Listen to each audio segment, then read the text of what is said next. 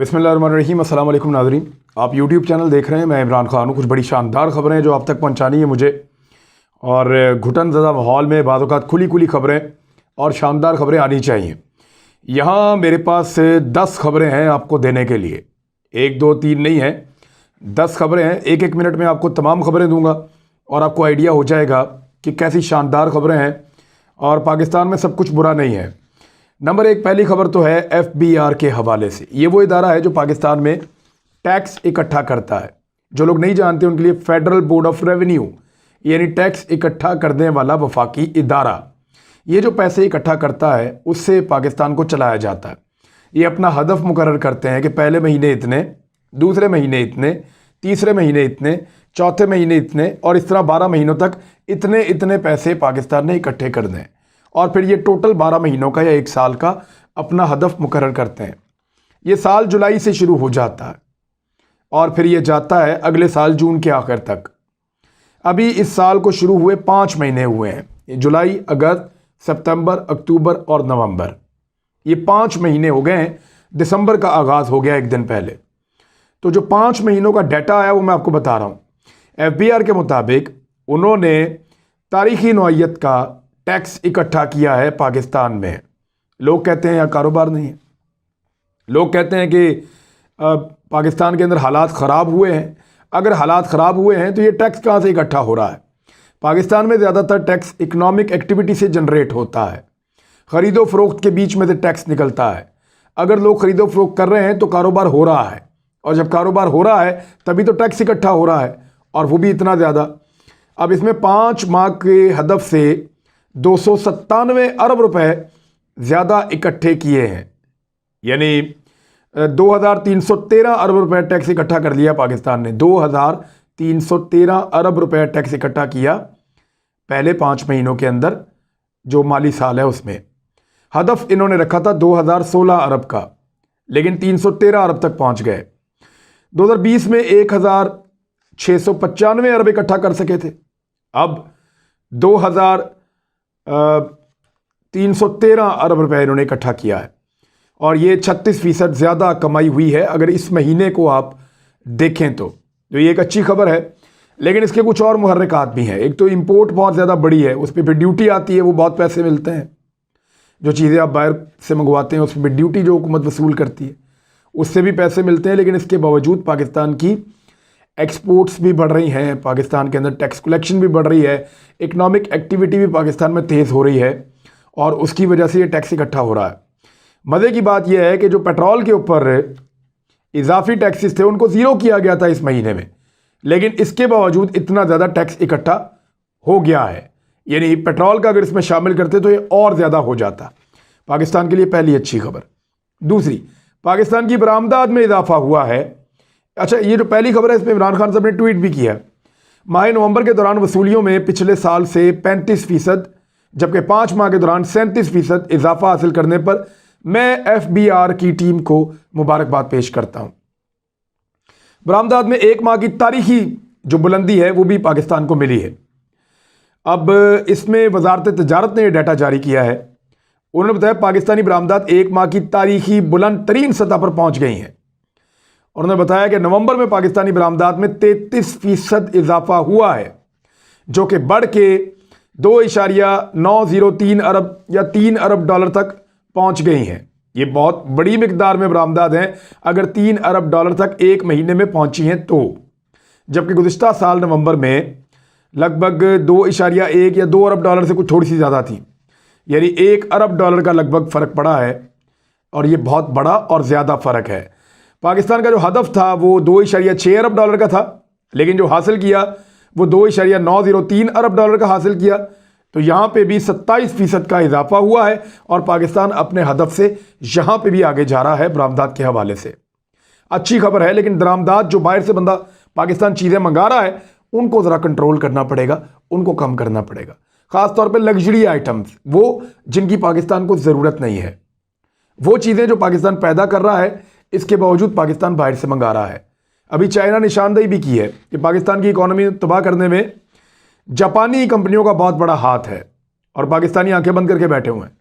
यानी उनकी गाड़ियां यहाँ पे ना उनकी कोई क्वालिटी है, ना कोई वो बेहतर हैं, लेकिन वो कंपनियां यहाँ पे धड़ाधड़ गाड़ियां जो हैं वो, और एक गाड़ी भी पाकिस्तान खुद नहीं बना पाया आज तक।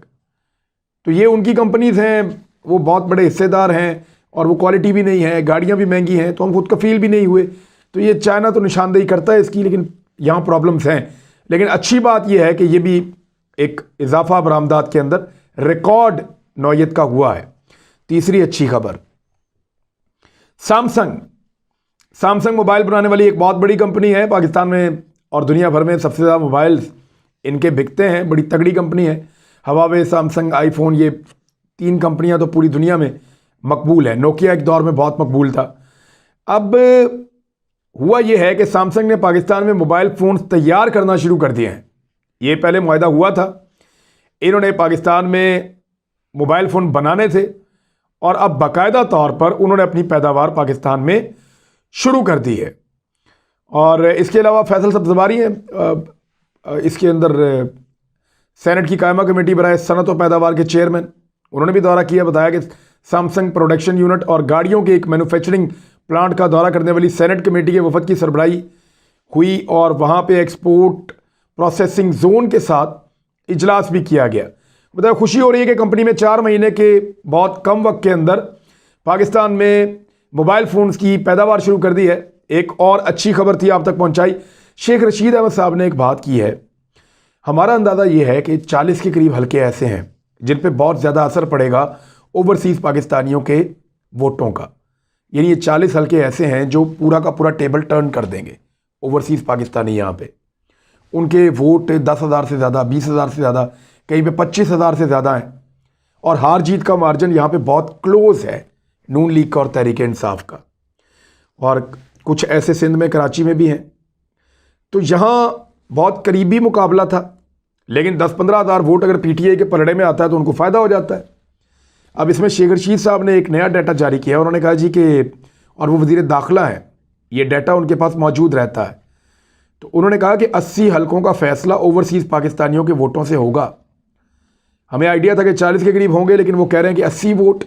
मुल्क में ऐसे हल्के भी मौजूद हैं जहाँ 50,000 से ज़ायद ओवरसीज़ पाकिस्तानियों का वोट मौजूद है। एक हल्के में 50 हज़ार से ज़ायद। बिल्कुल, हमने इस पर वीडियो भी की थी, आप जाके देख सकते हैं। आपको बताया था कि कितने ज़्यादा वोट हैं ओवरसीज़ पाकिस्तानियों के। डिफेंस के अंदर गालिबन लाहौर में कोई 70,000 वोट है उनका। इस तरह बेशुमार इलाकों में 25,000, 30,000, 50,000, 60,000 ऐसे वोट्स हैं उनके। तो अगर 80 सीटों के ऊपर असर डालते हैं तो ये तो फैसला कौन हो गया, और ये तो इलेक्शन का फैसला ओवरसीज़ कर देंगे, क्योंकि वो तो वोट डालने का शौक भी बहुत है उनको। वहाँ बैठे वोट तो ज़रूर डालने आएंगे, कुछ और करेंगे या नहीं करेंगे। एक और अच्छी खबर पाकिस्तान के बारे में कि भारत ने प्रोपेगेंडा किया था सी पैक के ख़िलाफ़। आपको मैंने बताया था कि गवादर में एहतजाज हो रहा है और उनके 4 मुतालबात हैं।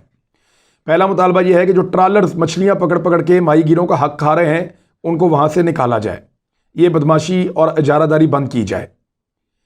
नंबर 2, वो कह रहे थे कि जो बॉर्डर की मैनेजमेंट है वो वहाँ पे लोकल इंतज़ामिया संभाले, जिनका एक काम है, जिनके साथ डील करना आसान है। नंबर 3, वो गाड़ियों के मामलात में कह रहे थे कि जो गाड़ियाँ हमारी पकड़ देते हैं इदारे, वहाँ पे मावनत दी जाए, क्योंकि कई इलाकों के अंदर ये पाकिस्तान में सहूलत है कि नॉन कस्टम गाड़ियाँ लोग चला सकते हैं। चौथा मुतालबा शराब खाने बंद करने का था। इसमें सी पैक तो है ही कहीं नहीं, लेकिन भारत ने प्रोपेगेंडा ये किया कि ये सी पैक के ख़िलाफ़ मुजाहरे हो रहे हैं पाकिस्तान में और एहतजाज हो रहा है। चीनी वज़ारत ख़ारजा की बाकायदा ब्रीफिंग के दौरान भारतीय सहाफ़ी ने सवाल पूछते हुए दावा किया था कि गवादर बंदरगाह के साहिल की पट्टी पर चीनी ट्रालरों को दिए गए हद से ज़्यादा माहीगीरी के हुकूक पर गवादर में मकामी अवाम की जानिब से एहतजाज हुआ था। तर्जुमान ने कहा कि यह मुकम्मल तौर पर झूठी खबर है। बाद सोशल मीडिया आउटलेट्स की जानिब से गवादर के इलाके में चीन के खिलाफ मुजाहरों की तशहीर की जा रही है, जिनकी कोई हकीकत नहीं है। गवादर में चीन के खिलाफ कोई एहतजाज नहीं हो रहा और सोशल मीडिया पे बहुत सारी खबरें जो चल रही हैं वो जाली हैं। और आपको पता है भारत भी बहुत सारी चीज़ों में इन्वॉल्व हो जाता है। चाइनीज़ वहाँ मछली पकड़ते ज़रूर हैं, लेकिन ये माफिया कोई और है और ये माफिया बहुत बड़ा है। इसके ऊपर डिग आउट करेंगे, आपको बताएंगे कि जो गवादर के माहीगीर हैं उनका हक कौन कौन खा रहा है और कौन कौन से जाइंट्स वहाँ पे उनकी मछली पकड़ के आलमी मंडियों के अंदर बेच के पैसा कमा रहे हैं। बहरहाल ये ANI ने इसके ऊपर रिपोर्ट किया था, बहुत सारे और इंडियन मीडिया हाउसेस थे, उन्होंने रिपोर्ट किया था, लेकिन इसको मुस्तरद कर दिया है चाइना ने खुद। पाकिस्तान तो पहले ही कर चुका था। एक और अहम खबर यह है कि स्कर्दू एयरपोर्ट को 2 दिसंबर से यानी आज से बैन अल-अक़वामी परवाज़ों के लिए खोल दिया जाएगा। अब यहाँ पे इसको अपग्रेड कर दिया गया है, इंतज़ार ख़त्म हो गया है। स्कर्दू एयरपोर्ट एक इंटरनेशनल एयरपोर्ट बन गया है। इसके कुछ फ़ायदे होंगे। नंबर 1 तो ये कि इस्लामाबाद एयरपोर्ट के ऊपर जो एक इजाफी दबाव आता था, यानी जब से इंटरनेशनल फ़्लाइटें चली हैं मुख्तलिफ़ शहरों से, तब से लाहौर के ऊपर, इस्लामाबाद के ऊपर, इन एयरपोर्ट्स के ऊपर दबाव कम हुआ है। ये दबाव कम होने से ज़रा मुसाफिरों को आसानी रहती है और इसी के लिए ये भी एक बड़ा अच्छा कदम है कि स्कर्दू के अंदर इंटरनेशनल फ़्लाइट्स आएंगी, इंटरनेशनल स्टैंडर्ड के मुताबिक वहाँ पे उनको सहूलतें मिलेंगी। और एक अच्छी बात यह है कि सयाहों की आमद के लिए आसानियाँ पैदा होंगी और बहुत बड़ी तादाद में सयाह वहाँ पे पहुँचेंगे अब जब ये सीज़न शुरू होगा तब। तो ये एक और अच्छी खबर थी। छठी खबर, 7वीं खबर आपको सुनाते हैं, वो भी बहुत अच्छी है। पाकिस्तान को तरक्की पजीर ममालिक का एक बहुत बड़ा ग्रुप है, उसकी सरबराही मिल गई है, जिस पर हुकूमती हलके खुश हो रहे हैं। अच्छा, सवाल ये भी उठाया जा रहा है कि इसमें कोई फ़ायदा होगा हुकूमत को या नहीं होगा। लेकिन ये ग्रुप 1964 में कायम हुआ था और 134 ममालिक इसके मेंबर हैं और चाइना भी इसका मेंबर है। और शाह महमूद कुरैशी साहब ने उन मुल्कों का शुक्रिया अदा किया जिन्होंने पाकिस्तान की हमायत की है। यानी 134 ममालिक ने और चाइना ने पाकिस्तान की हमायत की है। जो तरक्की याफ्ता ममालिक का एक ग्रुप है, उसकी सरबराही पाकिस्तान को मिली है अक़वाम मुत्तहिदा में और 2022 में पाकिस्तान इसकी यकम से सरबराही संभाल लेगा। 1964 में ये बना था और इसने बहुत ज़्यादा काम किया है। इसमें पाकिस्तान को फ़ायदा क्या होगा? देखिए, इसमें पाकिस्तान आलमी इदारों के साथ डीलिंग कर सकता है। जो तरक्की पजीर ममालिक हैं, जो तरक्की कर रहे हैं ममालिक इस वक्त और आगे बढ़ने की कोशिश कर रहे हैं, जिन पे कर्जे चढ़े हुए हैं, उन मुल्कों को साथ मिला के पाकिस्तान लॉबिंग कर सकता है IMF, वर्ल्ड बैंक, ऐसे इदारों के ख़िलाफ़ कि आप लोग हमारी कर्ज़ों की शराइत को आसान करें, कुछ कर्ज़े उनको माफ़ करें, कुछ चीज़ें जो हैं वहाँ सहूलतें हमें दी जाएँ, टेक्नोलॉजीज़ जो हैं वो हमारे मुल्कों में शिफ्ट की जाएँ, इन्वायरमेंट को बेहतर करने के लिए हमें फैसिलिटेट किया जाए। तो पाकिस्तान बहुत सारी लॉबिंग कर सकता है तरक्की को आगे बढ़ाने के लिए। 8वीं खबर, उस्मान बुज़दार ने बिजलियां गिरा दी हैं अपोजिशन के ऊपर और इलेक्शन कमीशन के ऊपर भी। पंजाब हुकूमत का बल्दियाती इंतखाबात इलेक्ट्रॉनिक वोटिंग मशीनों के जरिए से कराने का फैसला सामने आ गया है। उन्होंने किया क्या? उन्होंने, उस्मान बुज़दार साहब ने लोकल बॉडीज़ में एक्ट में इलेक्ट्रॉनिक वोटिंग मशीन पर इंतखाब की शिक शामिल करने की मंजूरी दे दी। यानी अब यह कानून पंजाब में भी शामिल हो जाएगा, जिसके बाद इलेक्शन कमीशन कानूनी तौर पर बल्दियाती इंतखाबात इलेक्ट्रॉनिक वोटिंग मशीनों पर कराने का पाबंद होगा। अब वो इलेक्शन करवाना चाहते हैं इलेक्शन कमीशन ऑफ पाकिस्तान, जहां उस्मान बुज़दार साहब ने इसको कानून बना दिया है। अब बल्दियाती इंतखाब इलेक्ट्रॉनिक वोटिंग मशीन के बगैर हो ही नहीं सकता, लिहाजा या तो ये इंतखाब होगा इलेक्ट्रॉनिक वोटिंग मशीन के साथ, तो या फिर ये इंतखाब नहीं होगा, ये डिले होता चला जाएगा। बॉल को पकड़ा और पकड़ के इलेक्शन कमीशन के कोर्ट में फेंक दिया। तो इलेक्ट्रॉनिक वोटिंग मशीन ज़्यादा रेलिवेंट होती चली जा रही है वक्त गुजरने के साथ साथ, और ये एक सियासी पैंतरा है उस्मान बुज़दार साहब की जानिब से। जो 9वीं खबर है वो भी बहुत इंपॉर्टेंट है कि सऊदी अरब ने पाकिस्तान में OIC का अहम तरीन इजलास बुला लिया है। ये कॉन्फ्रेंस ऑफ फॉरेन मिनिस्टर्स है, CFM, conference of foreign ministers. ये OIC का सबसे अहम इजलास होता है। ये पाकिस्तान में बुलाया गया है। इससे पहले ये इजलास पाकिस्तान में 4 मरतबा हो चुका है और आखिरी मरतबा परवेज़ मुशर्रफ साहब के दौर में हुआ था। ना जरदारी साहब के दौर में हुआ, ना नवाज शरीफ साहब के दौर में हुआ। लेकिन अब पाकिस्तान में इजलास बुलाया गया है और अफगानिस्तान के मामले पर बुलाया गया है, क्योंकि पाकिस्तान वो मुल्क है जो कलीदी रोल प्ले कर रहा है। सऊदी अरब ने कहा कि पाकिस्तान में तमाम ममालिक इकट्ठे हों, अपना रोल प्ले करें। वज़राए खारजा यहाँ पे आएंगे, पाकिस्तान उनको ब्रीफिंग देगा और पाकिस्तान उनको बताएगा कि अफ़गानियों की मदद करना कितना ज़रूरी है। सर्दियाँ और एक बहरान उनके सामने खड़ा है, माशी तौर पे वो तबाह हो रहे हैं, उनको सपोर्ट दी जाए। उनको तस्लीम तो कोई नहीं कर रहा, लेकिन उनको सपोर्ट दी जाए और उनके मुल्क को उनके पैरों पे खड़ा करने में और सर्वाइव करने में मदद दी जाए। इसके लिए ये खसूसी इजलास है। तो यहाँ पे एक बड़ी खबर है, क्योंकि 17 दिसंबर को ये होगा। अपोजिशन के ऊपर भी बड़ा प्रेशर होगा कि इस मौके के ऊपर वो ऐसी सियासत ना करें जिससे इस्लामी ममालिक जब यहाँ पे मौजूद हों तो कुछ इस तरह के हालात पैदा हों जो नॉर्मली उन मुल्कों में पसंद नहीं किए जाते। और ये आखिरी खबर ये है कि मैंने 2 दिन पहले एक ट्वीट किया था, मुझे बहुत सारे लोग कह रहे थे ये पोल आप करवा लें कि इलेक्शन 2023 में या अगले इलेक्शन में आप किस को वोट देंगे। तो मैंने इसमें 3 पार्टियों के नाम पहले लिखे थे, नवाज शरीफ साहब, बिलावल भुट्टो साहब और इमरान खान साहब। तो लोगों ने फौरी तौर पर रद्दमल दिया कि साद रिजवी साहब का नाम भी होना चाहिए। तो फिर मैंने उनका भी शामिल किया। ये 4 नाम हैं, इसके ऊपर मैंने ये पोल करवाया है। ये मैंने इसीलिए कहा था एहसन इकबाल साहब या कोई भी PMLN के लोग करवा लें तो ज़्यादा बेहतर रहेगा। पहली मरतबा इतने ज़्यादा वोट आए हैं, 1,17,211 वोट पड़े हैं। 1,17,211 पाकिस्तानियों ने अपनी राय का इजहार किया है इस पोलिंग के अंदर, और ट्विटर के ऊपर हुई है। यहां तो कोई 2 नंबरी है नहीं, आपके सामने मौजूद है। इधर कौन सी धांधली होती है। तो नवाज शरीफ साहब सबसे पहली मैंने ऑप्शन दी थी। 10.2% लोगों ने कहा कि वो नवाज शरीफ साहब को वोट डालना चाहते हैं, लगभग 10% लोग। अल्लामा साद रिजवी साहब तहरीक लब्बैक, 26% लोगों ने कहा उनको वोट डालना चाहते हैं। बिलावल भुट्टो जरदारी साहब, 1.9% लोगों ने कहा कि वो बिलावल भुट्टो को वोट डालेंगे, यानी 2% से भी कम। और पाकिस्तान तहरीक इंसाफ के चेयरमैन इमरान खान साहब, उनको 61.9, लगभग 62% लोगों ने कहा कि वो पाकिस्तान तहरीक इंसाफ को वोट डालना चाहते हैं। तो अब ज़रा सीक्वेंस में आ जाते हैं कि पहले नंबर पे जिनको सबसे ज़्यादा वोट पड़े वो हैं जी 62% के साथ इमरान खान साहब, और इनको जो वोट पड़े हैं लगभग 65,000 के करीब वोट पड़े हैं 1,17,000 में से। तो बड़ी अक्सरियत है, 70,000 के करीब पड़े हैं लगभग। हाँ जी, 62% की इन्होंने लीड ली है।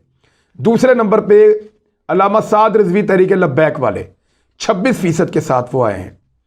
तीसरे नंबर पे नवाज शरीफ साहब 10.2%, और चौथे नंबर पे बिलावल भुट्टो जरदारी साहब सख्त मुकाबला करते हुए 2% से थोड़ा सा कम। तो अब तक के लिए इतनी, अपना ख्याल रखिएगा, अपने इस चैनल का भी। अल्लाह हाफिज़।